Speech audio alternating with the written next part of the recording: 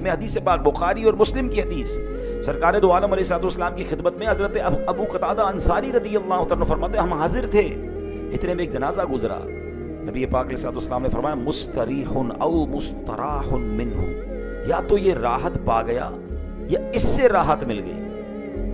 لوگوں نے پوچھا مل مستریح والمستراح منہ، اس کا راحت پانا یا اس سے راحت ملنا، حضور اس کا مطلب کیا ہے؟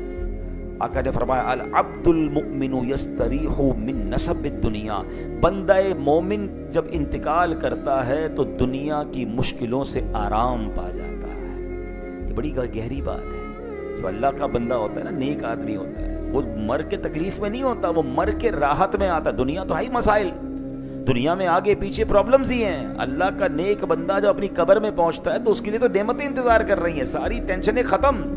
تو مومن کے لیے موت تحفہ ہے، یاد رکھیے گا، گھبرانا نہیں چاہیے موت سے۔ اگر اللہ کی رضا والی زندگی ہے تو سبحان اللہ، یہ تو اللہ سے ملاقات کا ذریعہ ہے۔ قبر میں کس کا دیدار ہوگا؟ جس نبی علیہ السلام کا ساری زندگی ذکر کیا، ان کا دیدار ہونا ہے۔ سید اعلیٰ حضرت تو کمال کی بات کہتے ہیں نا، کہتے ہیں جان دے دو وعدہ دیدار پر، جان دے دو وعدہ دیدار پر، نقد اپنا دام ہو ہی جائے گا۔ ارے مومن کو تو انتظار ہوتا ہے۔ کچھ لوگ بہت ڈرتے ہیں موت سے۔ ڈرے وہ جس نے زندگی میں اللہ کی نافرمانیاں کی، نمازیں قضا کی، حرام کمایا، اس کو یہ ڈر ہے نا بعد میں جواب کیسے دوں گا۔ جس کی پیپر کی تیاری ہوتی ہے، سچ بتائیں اس اسٹوڈنٹ کا کیا حال ہوتا ہے، جلدی آ جائے امتحان، جلدی کوئی ٹیسٹ لے لے، میری فل تیاری ہے۔ اور جس کی تیاری نہ ہو، کہتا ہے یار ڈیٹ چینج ہو جائے، کوئی مسئلہ ہو جائے، کوئی ہڑتال ہو جائے، میرا امتحان نہ ہو۔ فرق ہے نا۔ تو آقا نے کیا فرمایا کہ بندہ مومن جب انتقال کرتا ہے تو دنیا کی مشکلات سے آرام پا لیتا ہے۔ اور آگے کیا فرمایا، وَالْعَبْدُ الْفَاجِرُ یستریح من العباد والبلاد والشجر والدواب والدواب۔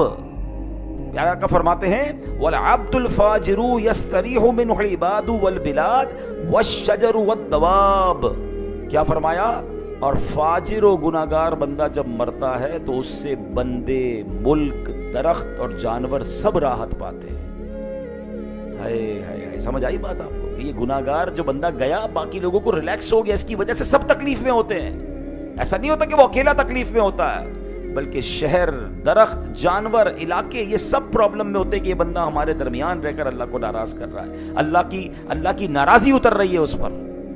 تو یہ غور کرے وہ بندہ جو گناہوں میں زندگی گزارتا ہے، وہ صرف اپنے لیے غلط نہیں کر رہا ہوتا، اس کی فیملی اس سے متاثر ہو رہی ہوتی ہے، اس کے گھر میں نحوستیں آ رہی ہوتی ہیں، اس کے کاروبار میں نحوست آ رہی ہوتی ہے، اس کے محلے کو پرابلم کریٹ ہو رہی ہوتی ہے۔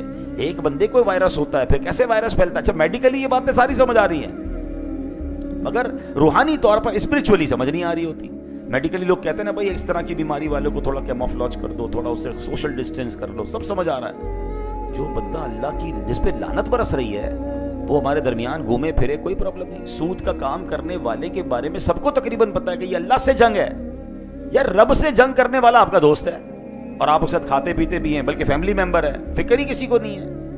نہ کریں ایسا، اور وہ لوگ توبہ کریں جو ایسے کام کرتے جس کی وجہ سے پورے معاشرے کو پرابلم ہو رہی ہے۔ یہ سب لوگ جو دیکھیں نا، قرآن کہتا ہے فساد برپا ہو جاتا ہے، ان بیلنس ہو جاتی ہے چیزیں۔ اے میرے پیارے اسلامی بھائی، حضرت مجاہد رحمۃ اللہ تعالی فرماتے ہیں جب قحط شدت اختیار کر لیتا ہے، بارشیں رک جاتی ہیں، تو جانور نافرمانوں پر لعنت بھیجتے اور کہتے ہیں یہ قحط سالی ان انسانوں کے گناہوں کی وجہ سے، یعنی ہمارے گناہ بارش روک دیتے ہیں، قحط آ جاتا ہے، پریشان جانور بھی ہوتے ہیں، اور پھر جانور لعنت کرتے ہیں ان لوگوں پر کہ جن کے لوگوں کی گناہوں کی وجہ سے ہم پر بھی قحط آ رہا ہے۔ یہ بات سمجھنے والی ہے۔